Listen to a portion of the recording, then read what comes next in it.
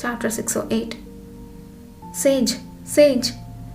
At the bright palace where the crown prince resides, a young man, sprinting through the tranquil courtyard calling for the sage, was suddenly grabbed by the nape of his neck by another individual.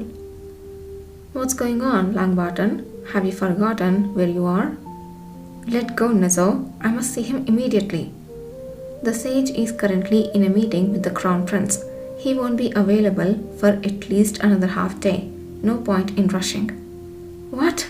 Damn it! Hearing this, the young man, Langbarton, finally stopped in his tracks, his expression twisted in frustration. Nezzo sighed and softly spoke. What's so urgent that you are in such a rush? Tell me first. Well, Langbarton hesitated momentarily, but then seemed to make up his mind. You heard about the signs of intrusion at our quarters, right? Yes, what about it? Did you manage to catch the culprits?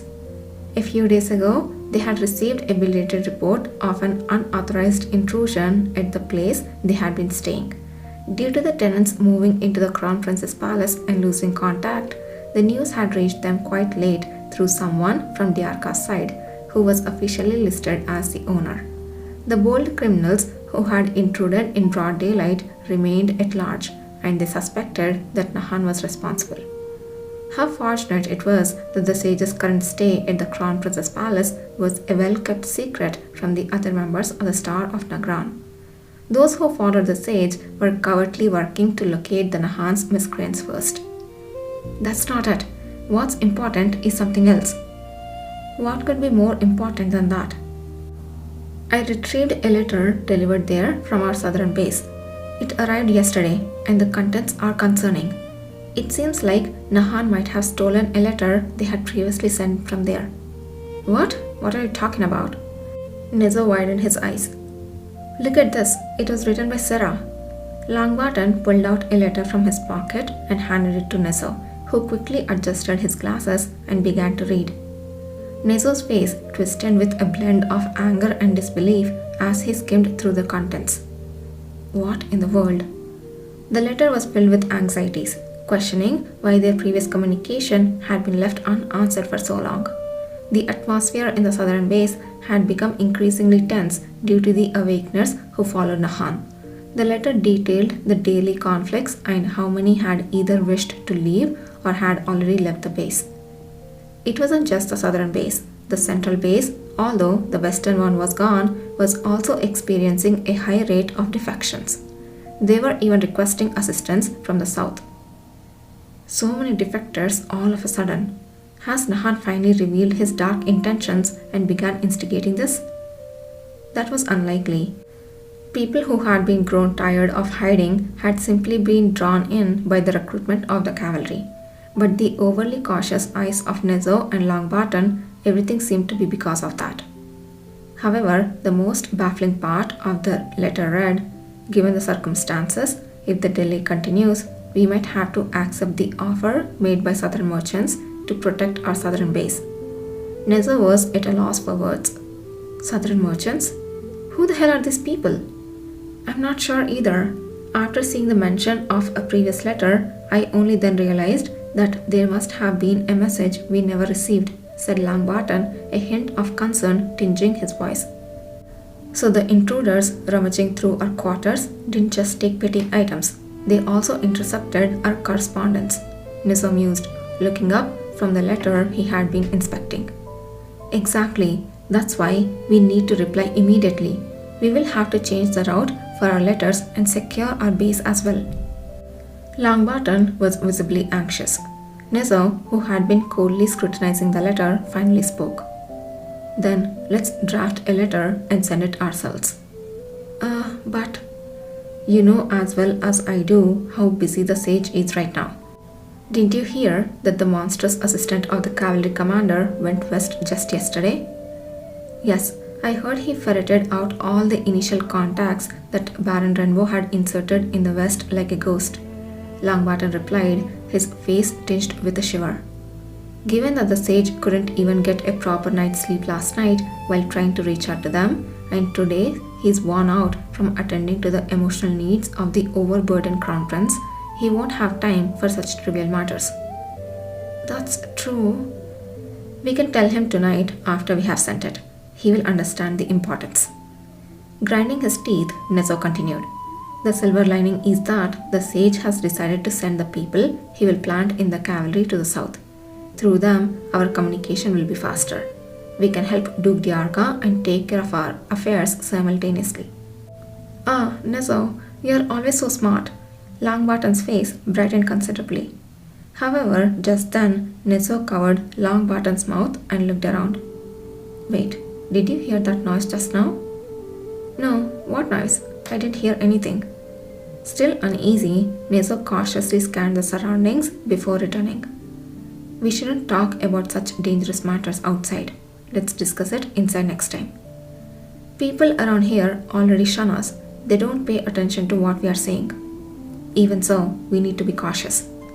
After the two had vanished, muffling their footsteps, a figure emerged from the shadowy corner that Nezo hadn't fully checked. So those conmen are up to something, huh? The figure, none other than Keolder Diarca, grimaced as though he had just touched something filthy. Those bastards. Besides those 6, they have more lackeys elsewhere, and they are having my father do what? Planting people in the cavalry? Father entrusts those plans to those guys? What on earth is he thinking? Full of questions and indignation, Keol remembered something Yudir Ale had told him not long ago. The leader of the healers could potentially be a mental manipulator, so never let your guard down, and watch Duke Diarca carefully for any change in behavior. Keol had thought those words ridiculous then, but after hearing these healer fellows talking about assisting both his father and the crown prince, an ominous feeling settled in. I'm worried about my father, though the cavalry is not my concern. However, the moment that thought crossed his mind, the small oath mark he had left on his hand activated, making his eyelids unbearably heavy. Staggering, Keol barely caught himself against the solid wall. His heart pounded and cold sweat trickled down his face as he realized he'd almost died. Damn, this cursed oath again. Lately, Keol had nearly mastered the limitations of his oath, avoiding sudden bouts of extreme drowsiness. However, there was one exception. The third clause, assist Yudir Ale to the best of your abilities. Damn it all. What's the standard for helping that black-haired cavalryman that tortures me like this? Why does the power of the third clause keep getting stronger every day? His line of thought was both correct and incorrect. The oath's condition depended on how helpful Keol himself believed he was to Yudir. Unaware that the more he focused on Yudir and the cavalry, even dwelling on trivial information, the stronger the power of the third condition became, Keol kicked the wall in frustration again today. Yeah, I get it, okay, you demon. At the moment, the demon in question was calmly exchanging final farewells with his colleagues in the west, completely oblivious to being cursed. What? Yudir's leaving already? That's too soon. The second round of tests isn't even finished yet. Stay a little longer. You look tired. Isn't the commander still resting? Despite the comments about looking tired, Yudir didn't bat an eye. I was supposed to leave yesterday, but I ended up staying an extra day.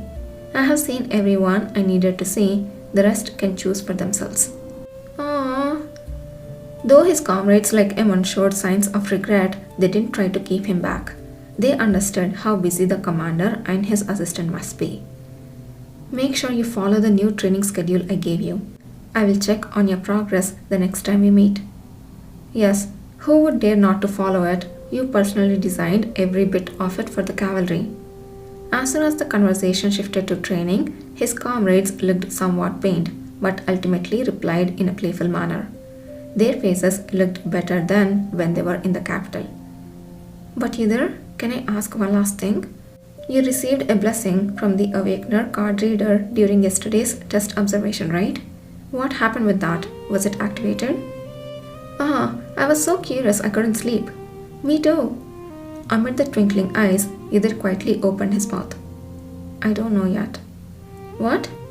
I said I don't know. How can you not know? It must have activated already, right? You can't really be sure. In the first round, I had a similar blessing. I saw a stone that another participant accidentally dropped bounced off above my head. Eamon interjected. Then what? Could it activate after a day? Just because the blessings received so far have mostly shown effects within a day doesn't mean this one will too. The name of the blessing is just that. It saves you from danger once. In his previous life, blessings from Chloe, who had far superior abilities, activated regardless of time.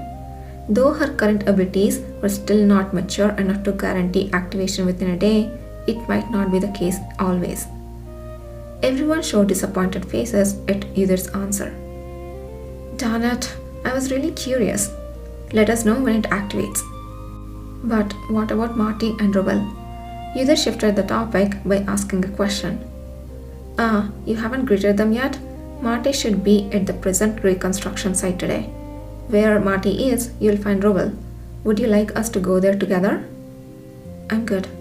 With a concise reply, Either headed straight for the site where Tenu's underground prison used to be. Located near the Western Branch building, the place still bore strong traces of the destruction wrought by Nahan and his comrades. Although rebuilding was necessary, the site, which had held criminals, posed challenges for unrestricted access. However, since those who had destroyed the place took it upon themselves to rebuild it, all issues had been resolved. I heard as much, but why is there no one here now? Lunchtime had already passed, and Either entered the vacant construction site and scanned the surroundings. Invoking a minor wind spell to assist his search, he soon heard amplified murmurs coming from somewhere. What should we do in this situation? Either moved in the direction of the voices.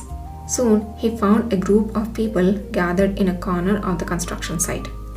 Marty and Rubel were there too. What's going on? Sir Either, you're here. Well, two of the people working here suddenly had some issues related to second gender manifestation. Upon spotting Either, Rubel scratched his head with a troubled expression and spoke.